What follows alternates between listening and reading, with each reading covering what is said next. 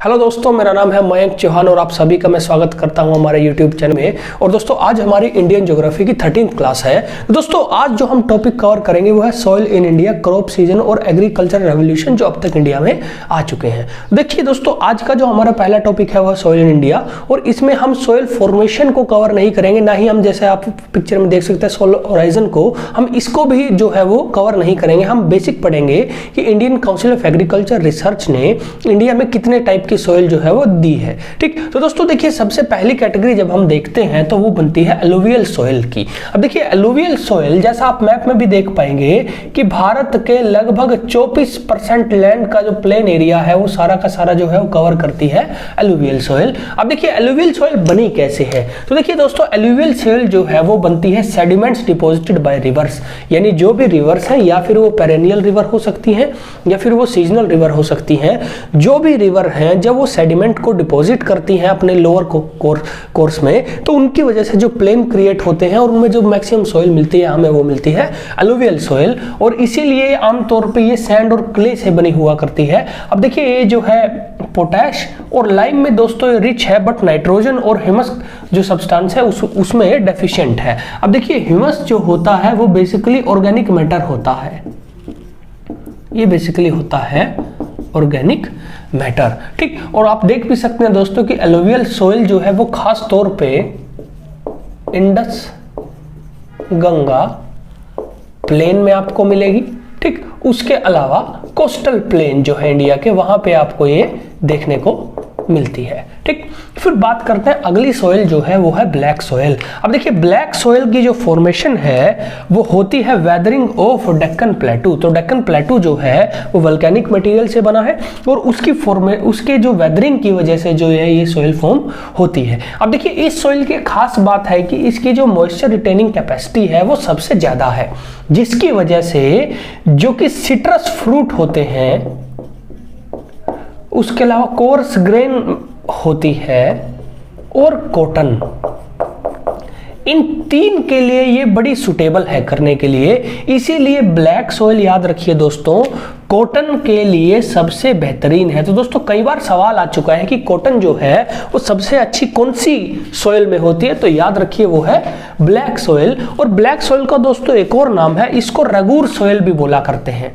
तो याद रखिए ब्लैक सॉइल को रगूर सॉइल भी बोला जाता है। और कुछ बुक्स जो है वो इसको कॉटन सॉइल भी लिखते हैं, क्योंकि कॉटन जो है वो इसमें सबसे अच्छी होती है। फिर दोस्तों देखते हैं ये जो लाइम और पोटैश और आयरन और कैल्शियम, इनमें तो दोस्तों ये रिच है, बट दोबारा से डेफिशिएंट है नाइट्रोजन में, फास्फोरिक एसिड में और ह्यूमस में। अब दोस्तों आप मैप में देख पाएंगे कि ब्लैक सॉइल आपको जिन रीजन में मिलती है वो रीजन हमारे हो जाते हैं गुजरात का रीजन, महाराष्ट्र का, उसके अलावा देखिए आप महाराष्ट्र के पास जो मध्य प्रदेश लगता है वो, उसके अलावा नॉर्दर्न कर्नाटका। तो ये रीजन ऐसे हैं दोस्तों जहां पर हमें हमारी ब्लैक सॉइल जो है वो मिलती है। ठीक, तो दो सबसे इंपॉर्टेंट दोस्तों जो सॉइल है वो है हमारी एलुवियल सॉइल और ब्लैक सॉइल। फिर दोस्तों देखते हैं जो दूसरी सॉइल हमें मिला करती हैं उनके बारे में। तो अगली जो सॉइल है दोस्तों वो है रेड और येलो सॉइल। अब देखिए दोस्तों ये आमतौर पे मिला करती है उन रीजन्स में जहां पर आयरन ऑक्साइड ज्यादा होता है, और इसकी फॉर्मेशन भी उसी वजह से होती है, जो आयरन ऑक्साइड की रॉक्स है उनकी डिसइंटीग्रेशन होगी, जिसकी वजह से ये फॉर्म हो जाती है। तो फिर बात दोस्तों करते हैं कि इस सॉइल की खास बात है कि ये जो है ये काफी पोरस है। पोरस होने की वजह से जो इसकी वाटर रिटेनिंग कैपेसिटी है वो काफी कम है, जिसकी वजह से दोस्तों होता क्या है, आप यहाँ पर ज्वार और बाजरा, जो बाजरा हो गया और इस जैसी जो दूसरी चीजें हो गई जैसे पोटैटो हो गया, ज्वार हो गया, इस तरह की चीजें जो है वो बड़े आराम से आप इसके लिए इसमें लगा सकते हैं। और जो ये है दोस्तों ये है रिच है आयरन में, मैग्नीशियम में, बट ये लाइम और नाइट्रोजन में जो है वो पुअर है, यानी डेफिशिएंट है। फिर दोस्तों अगली जो है वो है लेटराइट सॉइल। और देखिए लेटराइट सॉइल आमतौर पर उन रीजन में फॉर्म होती है जहाँ पे रेनफॉल बहुत ज्यादा हो, और ये रेनफॉल जो है ये 200 सेंटीमीटर से ज्यादा होना चाहिए। तो याद रखिए मिनिमम 200 सेंटीमीटर रेनफॉल जिन रीजन्स में होगी वहीं पर हमें मिलती है। और आमतौर पे ये सिलिका और लाइम जो है वो जब वॉश अवे हो जाता है उसकी वजह से इस तरह की फॉर्म जो सॉइल है वो फॉर्म होती है। और देखिए ये जो है ये रिच होती है ऑक्साइड ऑफ आयरन और एल्यूमिनियम में, लेकिन ये डेफिशिएंट होती है नाइट्रोजन और पोटैश में। अब देखिए दोस्तों जो लेटराइट सोयल है वो आप मैप में भी देख पाएंगे कि वो जो रीजन है वो असम में मिलती है, केरल में मिलती है, तमिलनाडु में, वेस्ट बंगाल, ओडिशा। तो लेटराइट फेमस है टी, कॉफी और कैश्यू नट के लिए। याद रखिए टी कॉफी के लिए जो बेस्ट सूटेबल हमारी सॉइल रहती है वो है लेटराइट सॉइल। फिर दोस्तों हम बात करते हैं जो तीसरी कैटेगरी है वो है माउंटेनियस सॉइल। अब देखिए माउंटेनियस सॉइल को आमतौर पे कई बार फॉरेस्ट सॉइल भी बोल दिया जाता है, और ये बेसिकली आपको उस रीजन में मिलेगी जहां पर हमारे माउंटेन्स रहते हैं। और देखिए इसकी खास बात एक और चीज है कि कई वेराइटीज में मिलते हैं, क्योंकि क्लाइमेटिक कंडीशन अलग अलग हो सकती है जहां पर पहाड़ मिलते हैं, जिसकी वजह से कई सारी वेराइटीज में हमें मिल जाती है। और एसिडिक इन नेचर होती है। देखिए होता क्या है, क्योंकि वहां पर बहुत सारा ऑर्गेनिक मैटर है जो पूरी तरह से डिकम्पोज नहीं हो पाया, जिसकी वजह से इस सॉइल की जो एसिडिटी है वो आमतौर पे थोड़ी सी ज़्यादा होती है, जिसकी वजह से यहाँ पर प्रॉपर जो है आप वो एग्रीकल्चर नहीं कर सकते। ठीक, तो ये जो सॉइल है ये रिच होती है ह्यूमस में, और लाइम और पोटैश में जो है डेफिशिएंट होती है। तो ये 3 हो गई। अब दोस्तों बात करते हैं जो हमारी अगली बची हुई है उनकी। तो दोस्तों जो अगला सॉइल का टाइप है वो है एरिड और डेजर्ट सॉइल। और देखिए जैसा नाम ही बता रही है उन रीजन्स में मिलती है जहां पर जो सैंड की प्रपोर्शन है सॉइल में वो बहुत ज़्यादा है। यानी बेसिकली अगर हम बात करें राजस्थान, गुजरात का कुछ हिस्सा, या साउथ वेस्ट हरियाणा हो गया, या फिर जो पंजाब का राजस्थान के साथ टचिंग हिस्सा है वो हो गया। ठीक, तो आमतौर पर इसमें जो सैंड का प्रपोर्शन होता है वो बहुत ज़्यादा होता है। और ये सॉइल जो है ये फॉस्फोरस और सोल्यूबल सॉल्ट में तो रिच है, बट ये नाइट्रोजन और कार्बन कंपाउंड्स में दोस्तों जो है वो डेफिशिएंट होती है। और आमतौर पे एरिड और डेजर्ट सॉइल में जो है वो ज्वार बाजरा लगाने के लिए वो बहुत अच्छी सॉइल रहती है। और देखिए फिर बात करते हैं अगली टाइप की, वो है सलाइन और अल्कलाइन। देखिए जो अगली 2 कैटेगरीज हैं वो भारत में बहुत कम रीजन्स में मिलती है, बहुत कम एरियाज में इनको ये हमें मिलती हैं। और अगली जो है वो है सलाइन और अल्कलाइन सॉइल। देखिए होता क्या है, कई बार किसी सॉइल में मैग्नीशियम और सोडियम बहुत ज़्यादा होता है, जिसकी वजह से वो सॉइल बहुत ज़्यादा सैलाइन हो जाती है। और कई बार वहाँ पे जो सॉइल में जो है वो कैल्शियम बहुत ज़्यादा क्वांटिटी में हो जाता है, जिसकी वजह से वो अल्कलाइन हो जाती है। ठीक, इस तरह की जो सॉइल है वो आमतौर पे एज इट इज़ कंडीशन में एग्रीकल्चर या खेती करने के लिए अच्छी नहीं होती। ठीक, और इनका देखिए यूज़ करने के लिए हमें इसमें एंटी सलाइन या एंटी अल्कलाइन क्रॉप्स लगानी पड़ती हैं। उसके अलावा लाइम और जिप्सम हमें इनमें डालना पड़ता है, ताकि सिस्टम जो है वो थोड़ा बैलेंस हो सके और हम वहाँ पर बड़े आराम से खेती कर सके। ठीक, तो देखिए दोस्तों इनको इंडिया के अलग अलग रीजन्स में अलग अलग नाम से, जैसे रे, कल्लार और उसार नाम से बुलाया जाता है। और नाइट्रोजन में दोस्तों ये जो है इस टाइप की सॉइल जो है वो डेफिशिएंट रहती है। आखिरी जो दोस्तों कैटेगरी है वो है पीटी और मार्शी। देखिए जो मार्शी वर्ड है मार्श से निकाला गया है, और आमतौर पे ये सॉइल जो है ये वाटर लॉग्ड कंडीशन में मिलती है।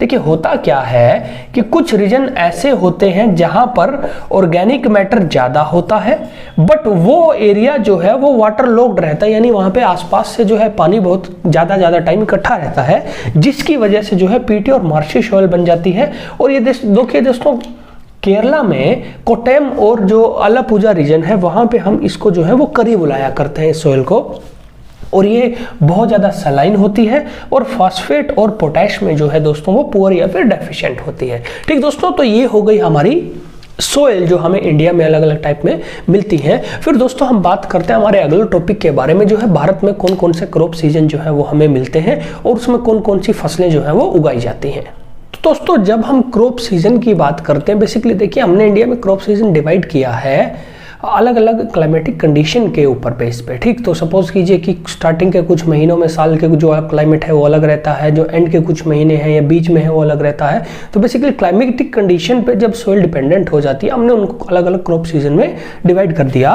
और भारत में दोस्तों मेनली 3 ही क्रॉप सीजन है, रबी, खरीफ और जायद। तो देखिए सबसे पहले दोस्तों देखते हैं रबी सीजन। अब देखिए रबी सीजन जो है उसमें जो फसलें लगाई जाती हैं वो अक्टूबर और नवंबर महीने में लगाई जाती हैं, और हार्वेस्ट और उनको काटा जाता है है मार्च और अप्रैल में। तो यहाँ से एक चीज पता चली कि जब रबी को लगाया जाता है तो माहौल जो है वो थोड़ा ठंडा होता है, यानी वहां पर कूल जो टेम्परेट रीजन है वहां पे जो है वो रबी लगाई जाती है। और देखिए रबी की जो क्रॉप है उसमें जो कुछ इंपॉर्टेंट क्रॉप है वो है व्हीट, बार्ले, पीज, मस्टर्ड और लिनसीड। देखिए जो रबी क्रॉप्स हैं उनको पानी थोड़ा कम चाहिए और टेम्परेचर आमतौर पे थोड़ा कम चाहिए होता है। ठीक, फिर दोस्तों बात करते हैं खरीफ क्रॉप्स की। अब देखिए खरीफ क्रॉप जो है उनको जो है लगाया जाता है जून और जुलाई के आसपास और हार्वेस्ट कर लिया जाता है सितंबर अक्टूबर में। और इसके जो कुछ इंपॉर्टेंट क्रॉप है वो है राइस, कॉटन, जूट, शुगरकेन, मेज और बाजरा। अब एक और चीज देखिए दोस्तों, ये हमेशा आमतौर पे रेनी सीजन वाली क्रॉप्स कहलाई जाती हैं, यानी इनको उस टाइम लगाया जाता है जब बारिश आने वाली हो या आ चुकी हो, क्योंकि इनको जो है पानी थोड़ी ज्यादा क्वांटिटी में चाहिए होता है इनमें से मैक्सिमम क्रॉप्स को, और टेम्परेचर भी इनको थोड़ा ज्यादा चाहिए होता है। अब देखिए दोस्तों रबी और खरीफ के दोनों सीजन के बीच में थोड़ा गैप होता है। अब इस गैप को फिलअप करती हैं जायद क्रॉप्स। देखिए आमतौर पर जायद क्रॉप कोई सीरियल या फिर दूसरी क्रॉप नहीं है, ये आमतौर पर कुछ सीजनल वेजिटेबल या फ्रूट्स की जो है वो क्रॉप होती है। तो आमतौर पे इसको लगाया जाता है और हार्वेस्ट किया जाता है मार्च से जून के बीच, यानी जब एक फसल कट गई हो और दूसरे सीजन की फसल लगनी हो उसके बीच में। और कुछ इंपॉर्टेंट जो जायद क्रॉप है वो है वाटरमेलन, कुकुम्बर और तोरी की जो फैमिली, तोरी, घिया वगैरह हो गई। तो ये सारा जो है दोस्तों ये हो गया हमारा क्रॉप सीजन। फिर दोस्तों देखिए आप मैप में एक और चीज देख पाएंगे कि भारत में जो क्रॉप पैटर्न है वो किस तरीके से, यानी कौन से रीजन में क्या क्या चीजें जो है वो भारत में लगाई जाती है। तो आप इस मैप में दोस्तों क्रॉप पैटर्न भी देख पाएंगे। फिर दोस्तों बात करते हैं हमारा जो आखिरी टॉपिक है, बहुत छोटा टॉपिक है, एग्रीकल्चरल रिवोल्यूशन, यानी भारत में कौन कौन से ऐसे रेवोल्यूशन आए हैं जिसमें एग्रीकल्चर या फिर एग्रीकल्चर से जुड़े हुए जो प्रोडक्ट्स हैं उनको बहुत ज्यादा जो है उनको उनकी प्रोडक्टिविटी इंक्रीज की गई हो। ठीक, तो दोस्तों चलो देखते हैं फिर कुछ एग्रीकल्चरल रेवोल्यूशन को। तो दोस्तों जो पहला बड़ा रेवोल्यूशन था वो था ग्रीन रेवोल्यूशन, और वो आया था फूड ग्रेन्स की जो हमारी प्रोडक्टिविटी है, प्रोडक्शन है, उसको इंक्रीज करने के लिए। और देखिए ये कमेंस हुआ था 1967 में। और ग्रीन रेवोल्यूशन का जो आइडिया है दोस्तों वो नॉर्मन बारलोग नाम का एक अमेरिकन बंदा था। तो नॉर्मन बारलोग जो है उसको बोला जाता है फादर ऑफ ग्रीन रेवोल्यूशन। तो नॉर्मन बारलोग जो है वो पहली बार आइडिया लेकर आया था ग्रीन रेवोल्यूशन का, और उसको बोला जाता है फादर ऑफ ग्रीन रेवोल्यूशन। लेकिन देखिए दोस्तों इसको इंडिया में प्रमोट किया था MS स्वामीनाथन ने। इंडिया में इसको जो लागू करने का यानी ग्रीन रेवोल्यूशन शुरू करने का जो काम किया वो किया MS स्वामीनाथन ने, इसलिए MS स्वामीनाथन को बोला जाता है father of green revolution in India, father of green revolution in India. अब देखिए ग्रीन रेवोल्यूशन आ तो गया, उसमें आप प्रोडक्टिविटी इंक्रीज भी करोगे, पर सवाल ये है कि प्रोडक्टिविटी इंक्रीज कैसे करोगे, यानी ग्रीन रेवोल्यूशन का मेन पॉइंट क्या था। तो दोस्तों देखिए ग्रीन रेवोल्यूशन का सबसे मेन पॉइंट था HYV सीड्स, यानी हाई यील्डिंग वैरायटी सीड्स, यानी कुछ ऐसे बीज सेम फसलों के जो प्रोडक्टिविटी बहुत ज्यादा देते हैं। उसके अलावा फर्टिलाइजर्स और पेस्टिसाइड्स का भयंकर इस्तेमाल कीजिए ताकि जो है प्रोडक्टिविटी इंक्रीज हो जाए। तो ये तीन इंपॉर्टेंट चीजें थी जो ग्रीन रेवोल्यूशन का पार्ट रही। फिर दोस्तों व्हाइट रेवोल्यूशन जो था उसका लेना देना था मिल्क और डेयरी प्रोडक्ट को, उनकी प्रोडक्टिविटी इंक्रीज करने के लिए। और इसकी देखिए भारत में जो मेन रोल इसमें निभाया है वो निभाया है वर्गीस कुरियन नाम के एक व्यक्ति ने, जिनका अमूल को जो आपने जो अमूल का नाम सुना होगा, तो अमूल में भी बड़ा इंपॉर्टेंट रोल रहा है वर्गीस कुरियन का। ठीक, और व्हाइट रेवोल्यूशन से जुड़ा हुआ इंपॉर्टेंट पॉइंट आया सन 1970 में, जब जो नेशनल डेयरी बोर्ड था उसने ऑपरेशन फ्लड चलाया। तो याद रखिए कई बार एग्जाम में पूछ लिया जाता है कि ऑपरेशन फ्लड जो है उसका किससे लेना देना है, तो ऑपरेशन फ्लड का लेना देना है मिल्क और डेयरी प्रोडक्ट से। व्हाइट रेवोल्यूशन का एक हिस्सा रहा है, सन 1970 में चला था। येलो रेवोल्यूशन का दोस्तों लेना देना है ऑयल और सीड की प्रोडक्शन से। ब्लू रेवोल्यूशन का लेना देना है फिशरीज का। अब देखिए आप फिशरीज की प्रोडक्टिविटी कैसे बढ़ाएंगे, तो ब्लू रेवोल्यूशन से इनलैंड फिशरी को याद रखिए भारत में प्रमोट किया गया। फिर है golden revolution. Golden revolution fruits, Honey और हॉर्टिकल्चर। देखिए हॉर्टिकल्चर होता है जब आप फ्रूट्स और वेजिटेबल की खेती करते हैं, वो वाला पार्ट। फिर सिल्वर रेवोल्यूशन जो है वो पोल्ट्री और एग के लिए। ब्राउन रेवोल्यूशन कॉफी और कोकोआ जिससे चॉकलेट बनती है उसके लिए। रेड रेवोल्यूशन जो है वो मीट और टमाटो के लिए है। तो ये कुछ इंपॉर्टेंट एग्रीकल्चर रेवोल्यूशन है जो भारत में दोस्तों आए हैं। ठीक, तो आज हम दोस्तों इन 3 टॉपिक को कवर करेंगे। अगली क्लास में दोस्तों हम जो हमारे पिछले कुछ सारे क्लासों में हमारे टॉपिक कवर हो चुके हैं उनसे जुड़े हुए कुछ एमसीक्यू करेंगे जो कि ऑलरेडी हमारे एग्जाम्स में आ चुके हैं। ठीक, तो दोस्तों आज के लिए इतना ही। जय हिंद। हमारे चैनल को दोस्तों लाइक करते रहिए, शेयर करते रहिए और सब्सक्राइब करते रहिए। धन्यवाद।